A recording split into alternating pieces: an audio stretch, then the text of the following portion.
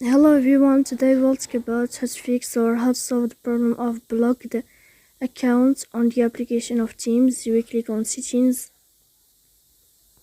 In this page you can click on apps, default apps, app settings. On above you can search about Teams and you'll enter. Then you can click on first stop and you can click OK. After that you'll enter to the window of storage. Here you can click clear cache.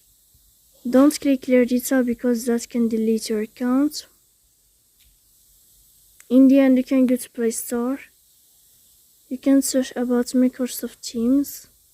Here. You click Microsoft Teams. And then you can update your app if you will find update here. So please don't forget to support us by like and subscribe.